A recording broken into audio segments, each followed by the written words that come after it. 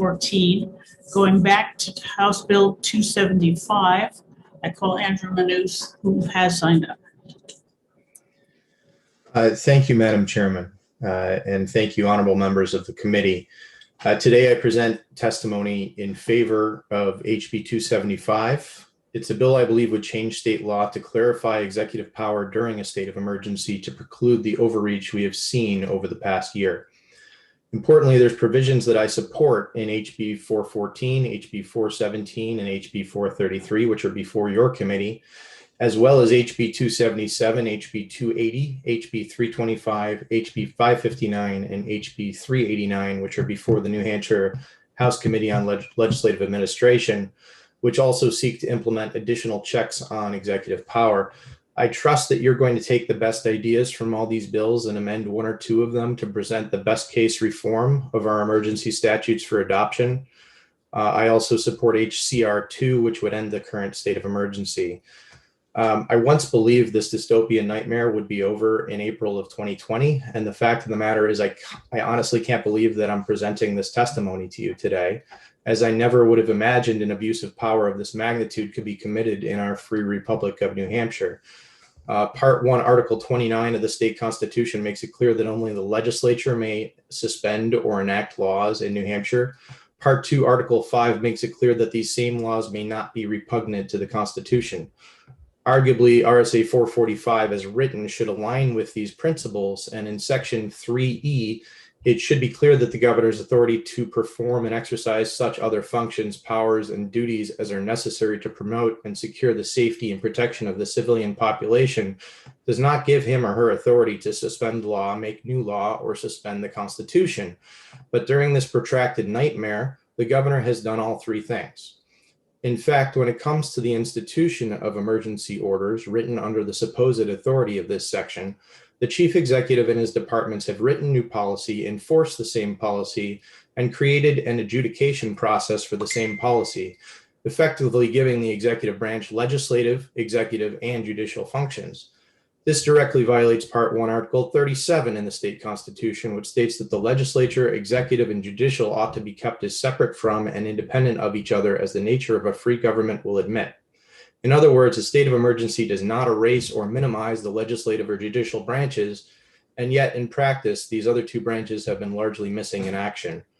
Granted, the legislature could at any time vote to end the state of emergency under RSA 445, and I argue that it should have back in April 2020, and at any point since, any day since, it was clear that there would be no catastrophic curve to flatten, and we were simply dealing with a really bad virus that any free people could handle with commonly known hygiene techniques and a little guidance, and I truly mean the word guidance from its true definition, from health officials. However, the word guidance has morphed into law, and the legislature has been sidelined in doing its constitutional duty, and so far has not taken back its power. I'm asking you to change that now. Importantly, one reason the legislature has struggled to end the state of emergency is precisely because the executive branch has set up a new government run by itself under the color of law, and ending the state of emergency would unravel that new government. This is what all of the bills I've mentioned, once they become law, would prevent from ever happening again.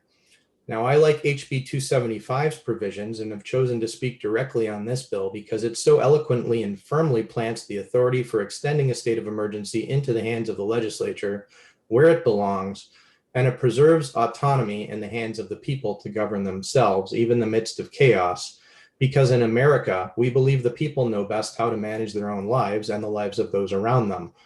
While the bill provides for contingency plans for true emergencies during which the legislature cannot meet, it also provides strict penalties to the government during this time period so that the emergency cannot be extended beyond its reasonable life. The governor ought to have the right to declare a state of emergency. After all, he or she is managing the day-to-day operations of the state and will have access to the most up-to-date information. However, the governor ought to be checked before extending a state of emergency to prevent abuse of power, particularly like we've seen in the last year. At no point may the same governor employ his or her state of emergency to enact new laws or suspend them, which HB 275 Section 3E's addition under the law clarifies. Language in 3A of HB 275 ensures there is no confusion with this principle. Specifically, the language clarifies that the governor may use current laws to suspend rules or regulations written by his or her departments to adjust to an emergency situation and potentially reallocate resources between departments as the law allows, but by no means may the executive make up new rules or regulations or suspend laws without going through the legislative process. And he or she may never suspend constitutional rights. Not even the legislature can do that. We elect a legislature of 425 men and women, 24, sorry, precisely because we disagree on how best to manage the state. And it is in that disagreement and compromise that we come up with a sound policy that is suitable for the most people. Ideally, that policy creates a rule of law that governs everyone equally so that even the minority is protected by it. As this process has been thwarted over the past year, we have seen one man and his team of executives craft policy that may or may not take everything else into consideration. And whether the policy has been sound or not, it has not been properly vetted under the constitutional system that we have set up to make sure that it is. We have to stop this from continuing, and we have to prevent this from happening again. Thus, the governor should not have the authority to extend a state of emergency, not even once.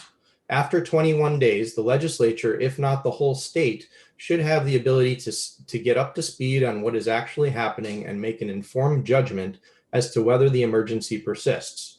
On top of enabling this, the bill also provides metrics for measuring what the state of emergency actually consists of and conditions that would be needed to end it, which creates a bright line for policymakers to use.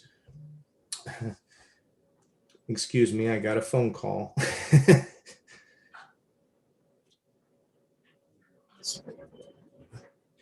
The bill provides metrics for measuring what the state of emergency actually consists of and conditions that would be needed to end it, which creates a bright line for policymakers to use as they judge whether or not to continue it. If the whole legislature can't meet because the emergency truly is that bad, then the Executive Council unanimously may choose to continue the state of emergency to enable emergency measures to continue. And yes, Representative Schmidt, I do believe that one executive counselor in his wisdom and judgment should be able to stop a state of emergency from happening. As it is right now, we have one governor who's making that judgment, and I think he's making the wrong one. And so I do believe he needs a check on his authority. To ensure that it's truly impossible for the legislature to meet under this provision, the poison pill is added, removing tax revenue from the state and from cities and towns, which will motivate the legislature to get back together and do the job it was elected to do for the people of the state as soon as conceivably possible. Ideally, the legislature should be making policy decisions at all times, and the executive ought to be enforcing those policies. The situation that lasts longer than 42 days cannot possibly still be an emergency that requires abandonment of the constitutional process and the republic that was set up to defend the people's ability to govern themselves, even in the worst of times. The idea behind the changes proposed by HB 275 are that the people should always be in charge of their government through their legislature, and they also ought to keep autonomy over their own lives, property, and businesses. I urge you to pass it, though I acknowledge that many of the great ideas in the other bills before you also present solutions to the problems I've highlighted, and I do trust you as a committee will amend one or two of these bills to incorporate the best ideas to strengthen the legislature's role in handling future states of emergency into a bill that becomes law. I do want to address a few of the things that have come up in conversation. Briefly, that ends my testimony, which I have submitted to you by email. The first responders forcing people out of their home or businesses. I would submit to you that under a true emergency, a reasonable person is going to listen to the authority figure and leave that scene upon request. However, if that person does not choose to leave that scene, they have an awfully good reason for it. And there should be no force in any situation whatsoever where a person is required by the government at the point of a gun to leave their own property. That is just wrong, and it's un-American. The second thing is a nominal state of emergency. The purpose, maybe the term nominal is not the right term to use, and I certainly welcome your suggestions to amend that term. But the point of it was that sometimes a state of emergency leads to a different type of state of emergency, which can be financial. In the instance of COVID-19 in particular, it was the governor's response to COVID-19 that actually caused the real emergency. And now we do have some financial emergency that requires federal funding to keep us in a state of, solvency, if you will, and that is the state of emergency. So maybe it's a financial state of emergency if you want to use those terms. But the point of the matter is that the governor ought not to have the power to craft emergency orders. And that is the problem that we're attempting to address. He should not be governing the state and also writing the state's laws. It is the legislature's job to craft state laws. And if the laws are not sufficient, it is your job to change them. Whether someone also brought up urgency of the state of emergency and the executive having, I believe it was the gentleman from Nashua, and the urgency of having the ability to respond in rapid format in the legislature's slow response time. I would submit to you that after 21 days, there is no reason that the House and Senate could not get together and pass a House concurrent resolution, or even just a House resolution that gives guidance to the executive department on how to proceed, including extending the state of emergency under the conditions that are outlined in our bill, HB 275. That's a critically important section of the bill. In terms of, an obligation to protect or lawsuits, I believe it was either Representative Goley or O'Brien who brought this up. There is several case law, including U.S. Supreme Court decisions that indicate that there is no duty to protect whatsoever. It is simply a matter of law that we have provided this service. However, it is not an obligation of our first responders to protect the people. It is the people's obligation to protect themselves, and they do that at their own voluntary, mind with using their own voluntary decisions and wisdom. And if they want to follow the guidance of the state, because the state does have some ability to accumulate wisdom and expertise in the form of our first responders, then it is their right to do that as well. But for those who do not want to follow the guidance, it is their right not to. And I would submit to you that at the point of a gun, you've created a mini war where someone who doesn't want to leave their house is going to die one way or the other, whether it's from the disaster itself or from being shot by the first responder. And I don't mean to be flippant with that comment, but that's what you're actually doing if you take your argument to the point of its conclusion. So I would argue to you that all interaction should be voluntary in a free society. And that is the point of this bill, is to restore voluntary interactions, as well as to restore power to the legislature where it ought to be. Thank you, ladies and gentlemen, representatives. I appreciate your time. Representative Sytek has a question. I have just one question, Mr. Manus. If the legislature can end the state of emergency at any time by resolution, why do you think they're going to buy into this legislation? I suppose that's a question for the 424 members when they decide to vote on this legislation.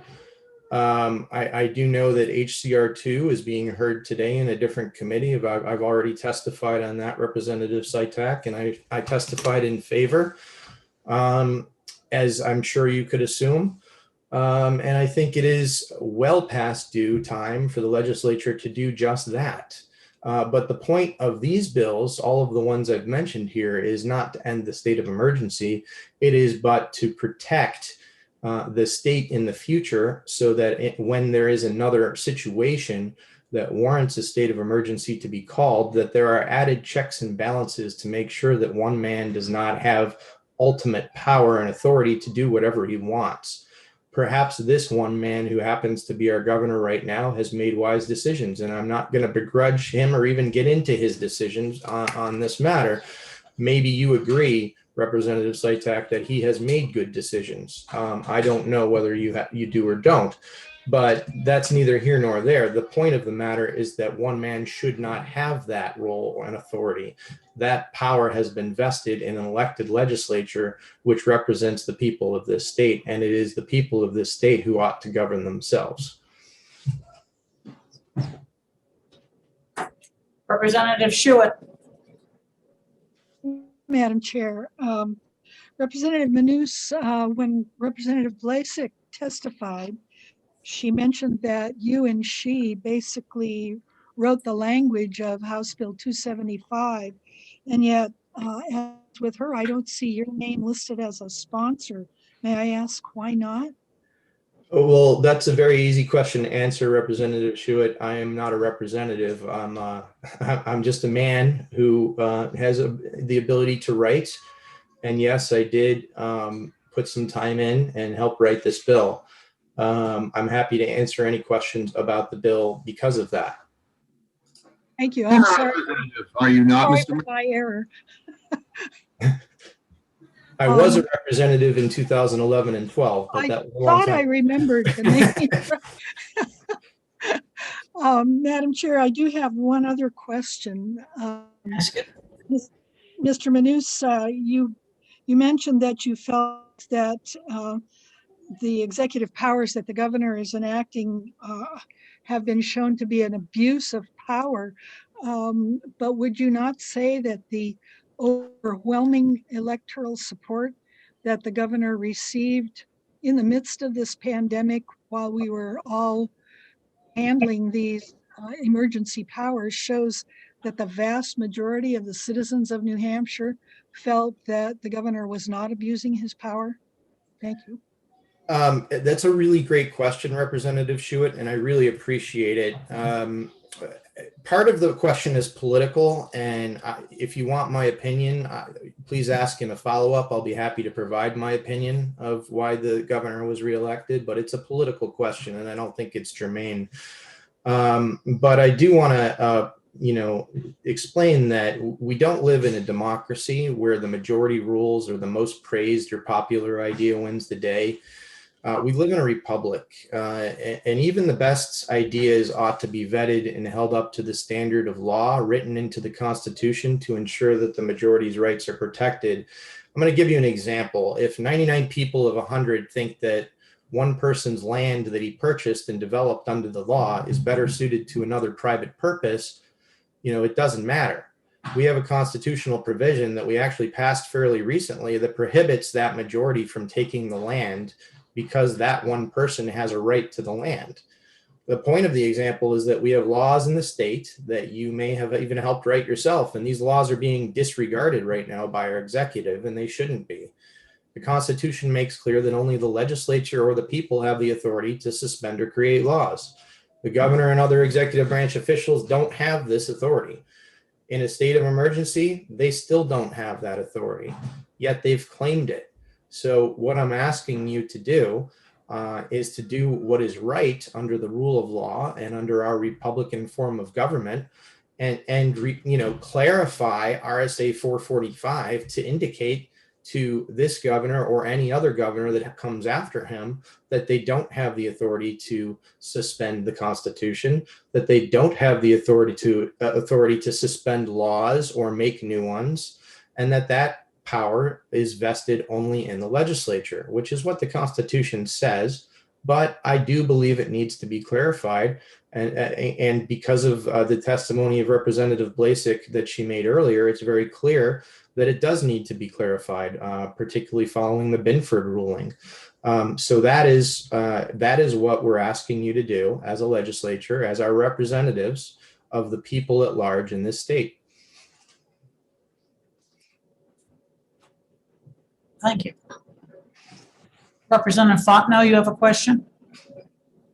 Thank you, Madam Chair, and thank you for taking my question. Just a kind of a quick follow-up on the same question I had asked Representative Lucas on the previous bill, is that on the section of compel versus recommended for evacuation, you kind of indicated that we may see a situation where first responders are shooting people for not evacuating.